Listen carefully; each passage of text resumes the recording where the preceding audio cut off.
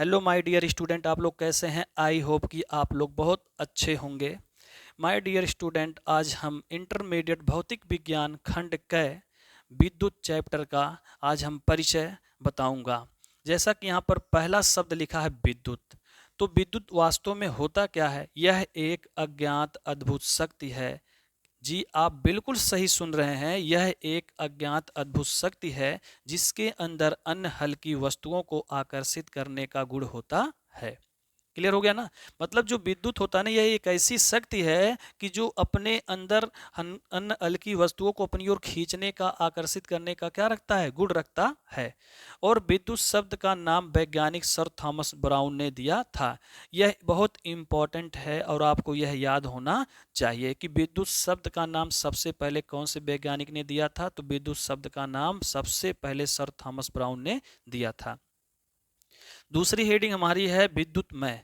विद्युतमय क्या होती है? देखिए, जब किसी व्यक्ति के अंदर कोई चीज की गुण आ जाती है तो वह उसी गुण की वजह से पहचाना जाता है। जैसा कि यहाँ पर है कि जब किसी वस्तु में विद्युत का गुण आ जाता है, जब किसी वस्तु में विद्युत का गुण आ जाता है तो वह विद्युतमय या आवेशित हो जाता है। जैसा कि मान लीजिए ये पेन है, इस पेन में अगर विद्युत का गुण आ जाता है, इस पेन में क्या आ जाए? विद्युत का गुण आ जाए, तो ये जो पेन है ना, इसको हम बोल सकते हैं कि ये विद्युतमय है और ये क्या है? आवेशित है। क्लियर हो गया ना? तो जब किसी वस्तु में विद्युत का गुण आ जाता है तो वह विद्युतमय या आवेशित हो जाता है। तीसरी हेडिंग हमारा है स्थिर विद्युत। स्थिर विद्युत क्या है? देखिए, हमने बताया कि यहाँ पर पदार्थों को आपस में रगड़ने से उस पर जो आवेश की मात्रा संचित रहती है उसे स्थिर विद्युत कहते हैं। जी, आप सही सुन रहे हैं। जैसे कि मान लीजिए पेन है और इस पेन को आप अपने बाल पर रगड़िए। बाल भी एक प्रकार का पदार्थ हो गया और पेन भी एक प्रकार का क्या हो गया? पदार्थ। तो यहाँ लिखा गया पदार्थों को आपस में रगड़ने से। तो जब पेन को अपने बालों में आप रगड़ेंगे ना, तो रगड़ने पे कह रहा है कि उस पर जो आवेश की मात्रा संचित रहती है, आवेश की मात्रा संचित रहती है, तो उसे स्थिर विद्युत कहते हैं। और स्थिर विद्युत में आवेश हमेशा स्थिर रहेगा। ध्यान रहे, स्थिर विद्युत में आवेश हमेशा क्या रहेगा? स्थिर रहेगा। ठीक। अब हम आवेश पे चलते हैं। आवेश, आवेश जो है, इसमें बताया गया कि आवेश को समझने के लिए सबसे पहले आपको जरूरी है पदार्थ। और पदार्थ के बारे में आपको क्लास 11th में और क्लास 9th में दोनों कक्षाओं में आपको बताया गया है कि पदार्थ वास्तव में होता क्या है।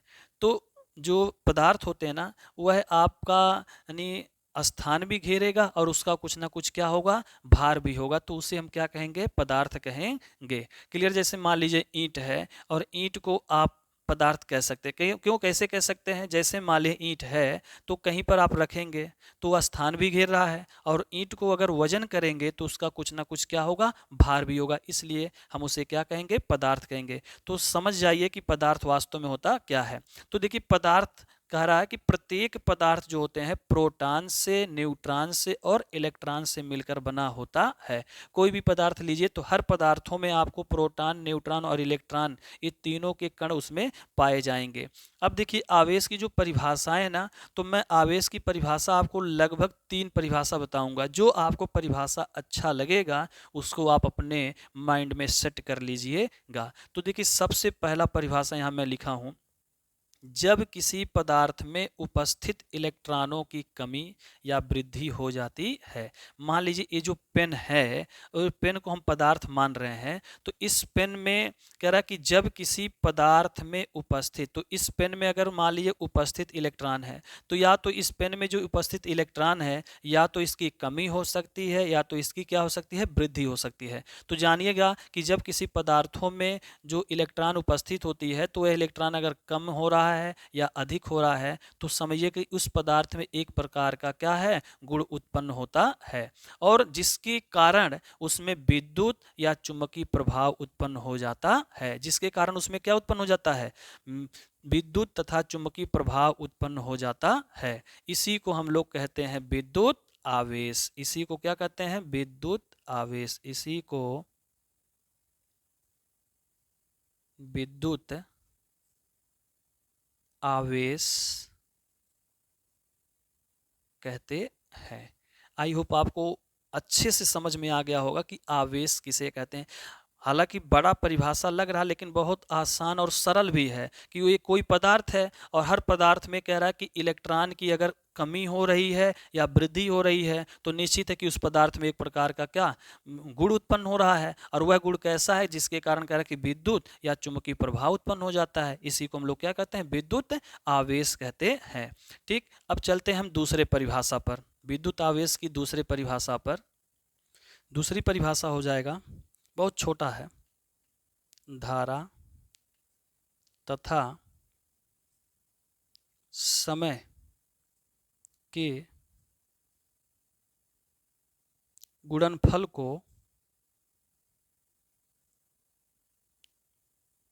विद्युत आवेश कहते हैं।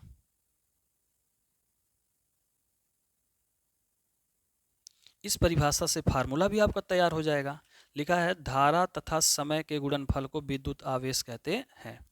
तो देखिए, इसे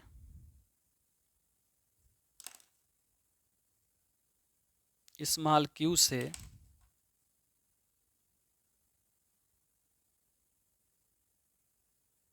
दर्शाते हैं।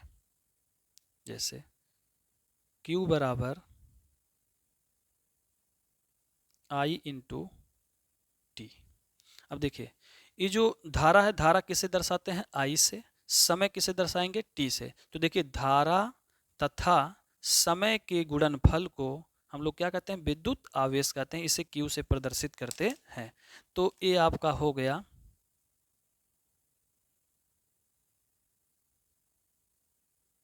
विद्युत आवेश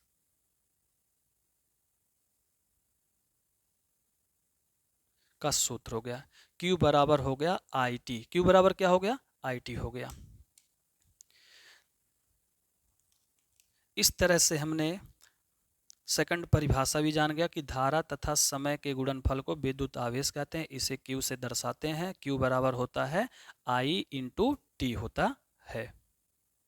अब अगली हेडिंग इसमें हमारा चलेगा वैद्युत आवेश की मात्रा।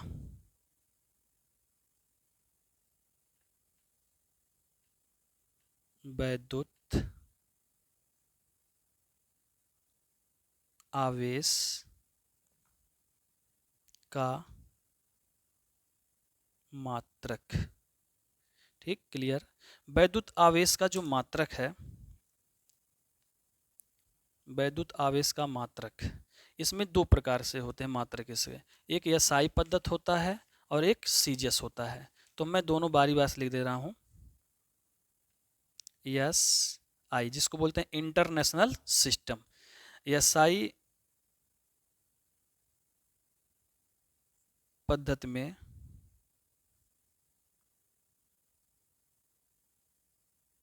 कूलाम होता है, कूलाम को सी से प्रदर्शित करते हैं। और सीजीएस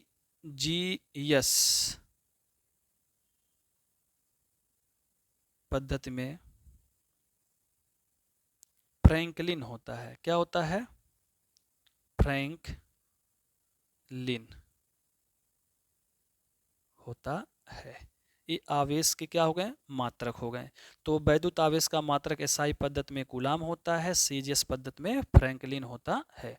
अब कूलाम के अतिरिक्त अन्य और भी छोटे मात्रक हैं। कूलाम के अतिरिक्त,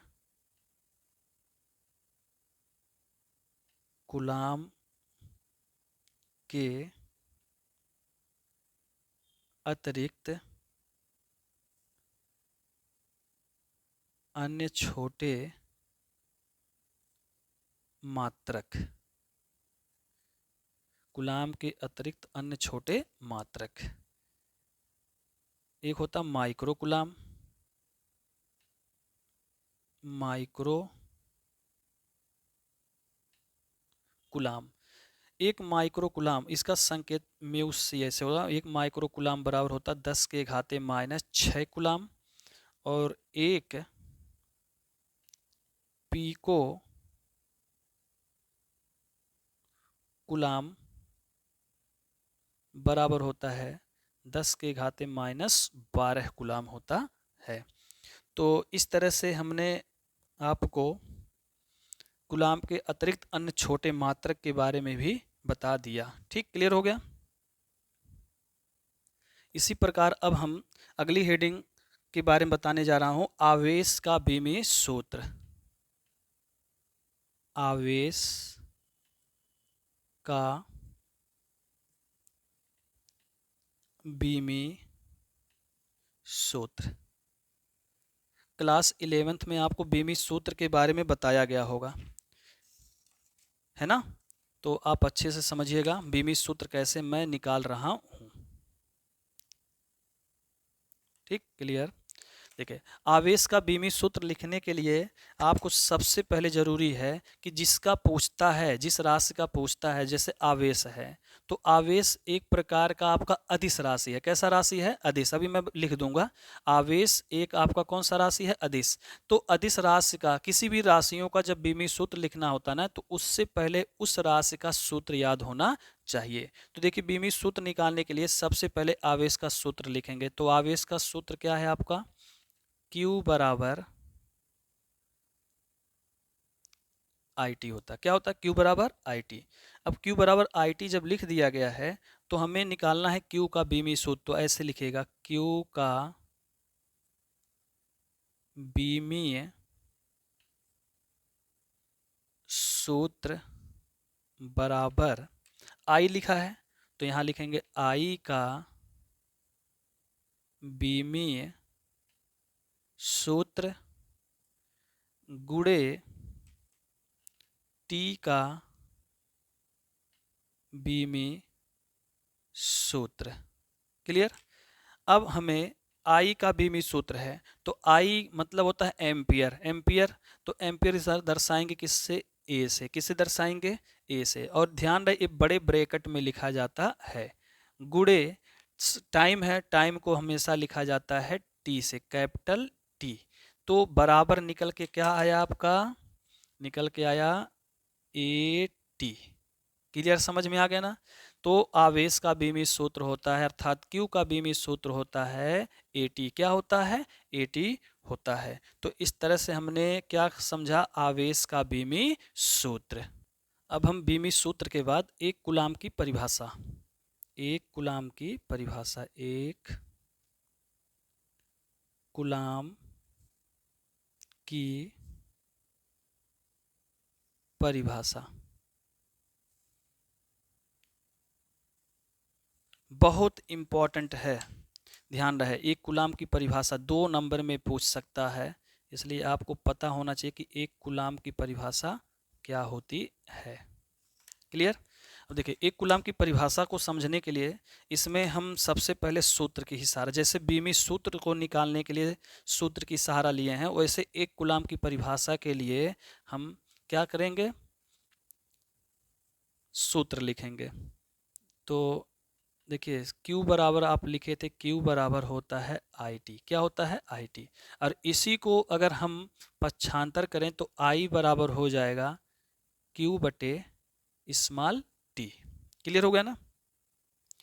तो ध्यान दीजिएगा, यहाँ पर Q बराबर IT बोलो या I बराबर क्या बोलिए? Q बटे T, दोनों एक ही है। यहाँ आपको अच्छे से पता होगा कि ये जो I है, यहाँ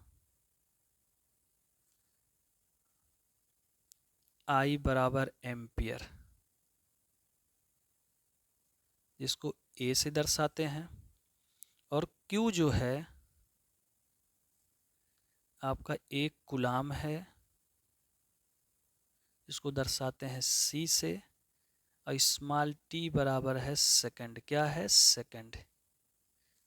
इसको दर्शाते हैं यस से। सब के आगे एक एक जोड़ दीजिए, बस परिभाषा निकल गया। एक कूलाम की परिभाषा पूछे तो आप ध्यान दीजिए, Q बराबर क्या होता है? IT होता है। तो एक कूलाम की परिभाषा को लिखने के लिए सर्वप्रथम सूत्र तैयार होना चाहिए, सूत्र याद होना चाहिए।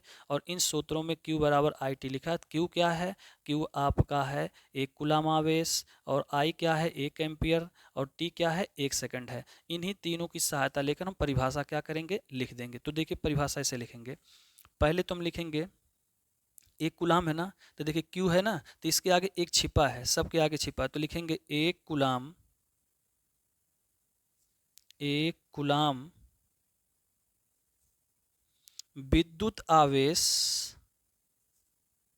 विद्युत आवेश की वह मात्रा है जो परिपथ में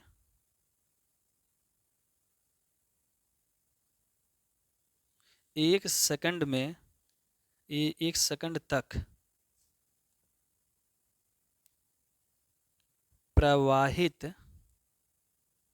होने पर 1 एम्पियर की धारा उत्पन्न करती है। ये हो गया आपका एक कूलाम की परिभाषा। इट इज वेरी इंपॉर्टेंट है, ध्यान दीजिएगा। एक कूलाम की जो परिभाषा है ना, तो लिखेंगे एक कूलाम, तो देखिए सबके आगे एक जोड़ दीजिए। जब एक कूलाम पूछे सूत्र के आगे एक एक लिख दीजिए, उसी से लिख दीजिए। देखिए इसी सूत्र से हम लिख रहे हैं एक कूलाम विद्युत आवेश, यहाँ 1 Q लिखा तो इसमें बोलेंगे एक कूलाम विद्युत आवेश की वह मात्रा जो परिपथ में 1 सेकंड तक प्रवाहित होने पर 1 एम्पियर की धारा क्या करती है, उत्पन्न करती है। यही हो गया एक कूलाम की परिभाषा। अगली हेडिंग है आवेशों का नामांकन। ठीक है, तो आवेशों का नामांकन कौन किया था, तो ध्यान दीजिएगा। आवेशों का नामांकन सन 1750 ईस्वी में अमेरिकन वैज्ञानिक बेंजामिन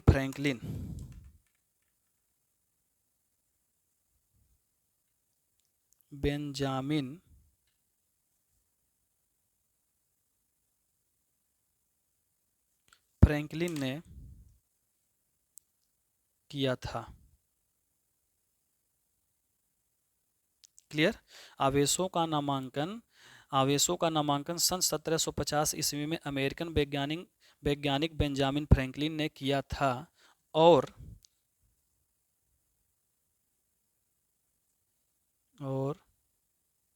इन्होंने बताया था कि आवेश दो प्रकार के होते हैं, और इन्होंने बताया था कि आवेश कितने प्रकार के होते हैं, 2 प्रकार के होते हैं। क्लियर। पहला है, 2 प्रकार के होने का मतलब है, पहला धनात्मक या धनावेश और दूसरा ऋणात्मक या ऋणावेश। आवेश 2 प्रकार के होते हैं, जैसे कि यहाँ पर पहला है धनावेश, जिसको इंग्लिश में कहते हैं पॉजिटिव चार्ज। क्लियर। और दूसरा है ऋणात्मक आवेश, जिसको हम लोग कहते हैं निगेटिव चार्ज। तो पहले समझिए धनावेश किसे कहते हैं। देखिए किसी पदार्थ पर इलेक्ट्रॉन की कमी के कारण उत्पन्न आवेश को क्या कहते हैं, धनावेश कहते हैं। मान लीजिए एक पेन जो है, तो एक पदार्थ है, इस पे अगर लगातार इलेक्ट्रॉन की कमी हो रही है, क्या हो रही है, कमी हो रही है, लगातार इलेक्ट्रॉन की कमी होती है अगर किसी पदार्थ में, तो समझिए उसे क्या कहते हैं, धनावेश। सिंपल जानिए एक लाइन में, इलेक्ट्रॉन की कमी हो रही किसी पदार्थ में तो उसे क्या कहते हैं, धनावेश। जैसे मान लीजिए उदाहरण में लिया कांच की छड़ को रेशम की कपड़े पर रगड़ा जाए, यानी कांच का कोई छड़ हो और रेशम की कपड़े पर रगड़ा जाए तो कांच की छड़ पर इलेक्ट्रॉन की कमी हो जाती है, जिससे कांच की छड़ क्या हो जाएगी, धनावेशित हो जाएगी। इसी प्रकार ऋणावेश है, ऋणावेश निगेटिव चार्ज। इसमें कह रहा है किसी पदार्थ पर इलेक्ट्रॉन की अधिकता के कारण, मान लीजिए कोई पदार्थ है और उस पदार्थ पर इलेक्ट्रॉन का लगातार वृद्धि हो रहा है, तो इलेक्ट्रॉन का बढ़ना, इलेक्ट्रॉन की अधिकता होना, तो क्या कहलाएगा, उत्पन्न आवेश। सॉरी यहाँ पर गलती हो गया, यहाँ ऋणावेश लिखना है, ऋणावेश, ध्यान दीजिएगा, ऋणावेश है। ठीक, क्लियर हो गया। कह रहा किसी पदार्थ पर इलेक्ट्रॉन की अधिकता के कारण उत्पन्न आवेश को ऋणावेश कहते हैं। क्लियर। जैसे एबोनाइट की छड़ हो, एबोनाइट की क्या है, छड़ हो और बिल्ली की खाल पर रगड़ा जाए तो एबोनाइट की छड़ पर इलेक्ट्रॉन की क्या हो जाएगी, अधिकता हो जाएगी, जिससे एबोनाइट की छड़ क्या हो जाएगी, ऋणावेशित हो जाएगी। एक लाइन में सिंपल जान लीजिएगा कि इलेक्ट्रॉन की अगर कमी हो रही है तो वह क्या हो रहा है, धनावेश, और इलेक्ट्रॉन का लगातार बढ़े यानी वृद्धि हो रही है तो समझिए वह ऋणावेश है। नोट में है कि समान आवेशित वस्तुओं को एक दूसरे को क्या करती है, प्रतिकर्षित करती है। जैसे मान लीजिए समान आवेशित है, तो समान आवेशित में मान लीजिए हमने ले लिया इलेक्ट्रॉन, इलेक्ट्रॉन, इलेक्ट्रॉन और इलेक्ट्रॉन, इलेक्ट्रॉन ऋणावेशित होती है, तो ये समान आवेश है। तो समान आवेशों के बीच में हमेशा प्रतिकर्षण बल होता है। कैसा बल होता है, प्रतिकर्षण, प्रतिकर्षण। और कह रहा है कि विपरीत आवेशित वस्तुएं एक दूसरे को आकर्षित करती है। तो विपरीत मतलब एक प्रोटॉन ले लीजिए, धनावेशित होता है, और एक इलेक्ट्रॉन ले लीजिए, ऋणावेशित होता है। तो इन दोनों के बीच में, इन दोनों के बीच में आकर्षण होगा। क्या होगा, आकर्षण। क्लियर ना। तो समझ में अब आपको आ गया होगा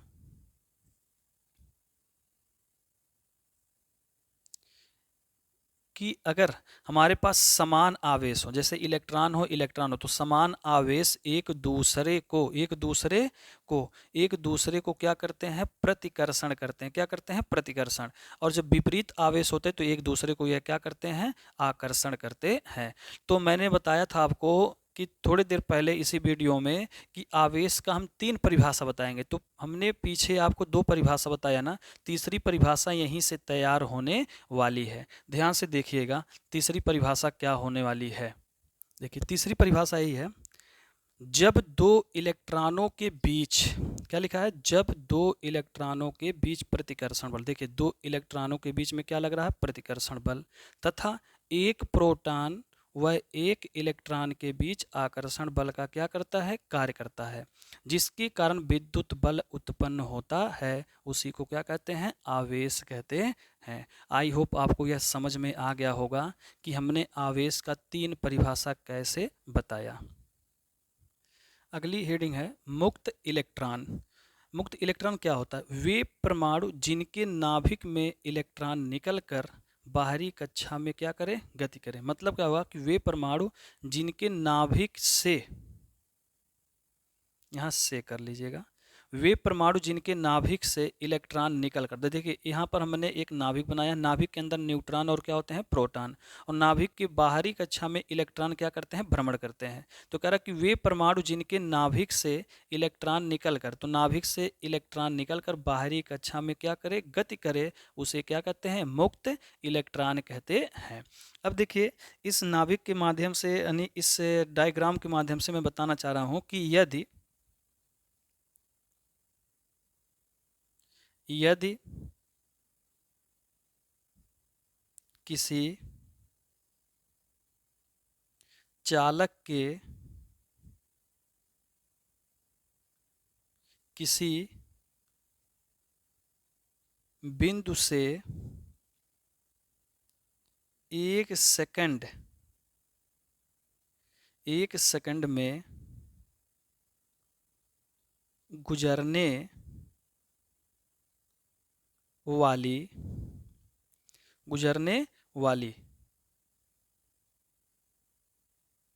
प्रवाहित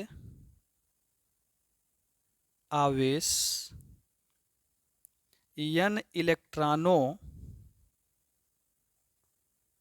के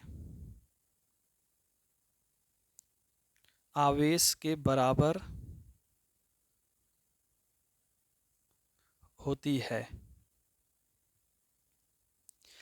कह रहा है यदि किसी चालक के, कोई चालक मतलब जान ही रहे ना, कोई मान लीजिए चालक पदार्थ हो जिसमें विद्युत धारा प्रवाहित हो जाए, तो ये कह रहा है यदि किसी चालक के किसी बिंदु से, मान लीजिए कोई एक चालक पदार्थ हो, मान लीजिए चालक पदार्थ हो गया, और कह रहा है किसी बिंदु से, कह रहा है 1 सेकंड में गुजरने वाली प्रवाहित आवेश जो होता है n इलेक्ट्रॉनों के आवेश के क्या होती है, बराबर होती है। अर्थात Q बराबर n इंटू ई। क्या होता है, Q बराबर n इंटू ई होता है।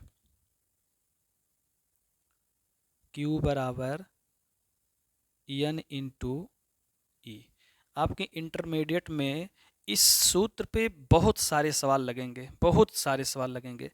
जैसे इस सूत्र का प्रयोग कब करते हैं, ध्यान दीजिए, इस सूत्र का प्रयोग कब करेंगे। कह रहा कि यदि किसी वस्तु पर Q आवेश हो, यदि किसी वस्तु पर Q आवेश है तथा उस पर न्यूट्रॉन व इलेक्ट्रॉन की अधिकता या कमी हुई हो, तो सूत्र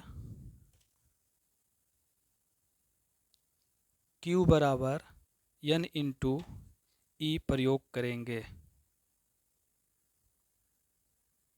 प्रयोग करेंगे। या लिख सकते हैं n बराबर Q बटे ई।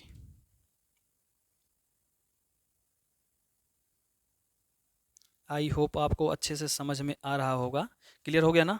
तो मुक्त इलेक्ट्रॉन जान गए होंगे कि क्या होता है, ठीक, क्लियर हो गया ना। अब यहाँ पर आपको ये मालूम होना चाहिए कि एक इलेक्ट्रॉन आवेश बराबर कितना होता है।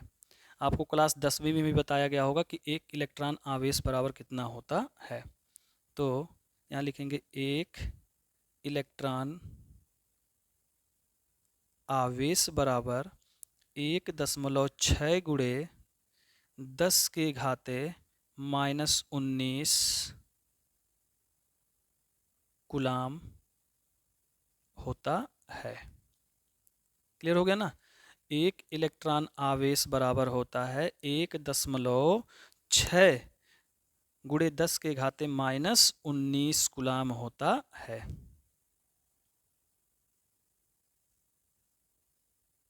ये आपको याद होना चाहिए, क्योंकि सवाल जब आप लगाएंगे न्यूमेरिकल तो इस मान का बहुत अधिक ज़रूरत पड़ेगा, ठीक, क्लियर।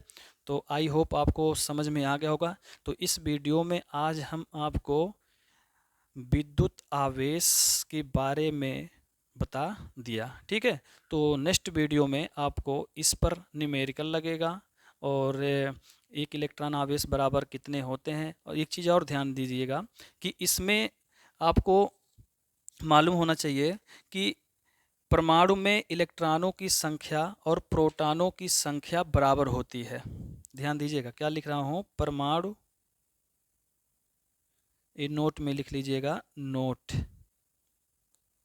परमाणु में प्रोटॉनों की संख्या बराबर इलेक्ट्रॉनों की संख्या। मतलब समझ में आया कि किसी कोई भी परमाणु उसमें प्रोटॉनों की संख्या और इलेक्ट्रॉनों की संख्या आपस में क्या होती है, बराबर होती है। और यह विद्युतीय उदासीन होता है, यह भी ध्यान रखिए, यह विद्युतीय उदासीन होता है, यह विद्युतीय उदासीन होता है। तो याद रहेगा कि प्रोटॉनों इसी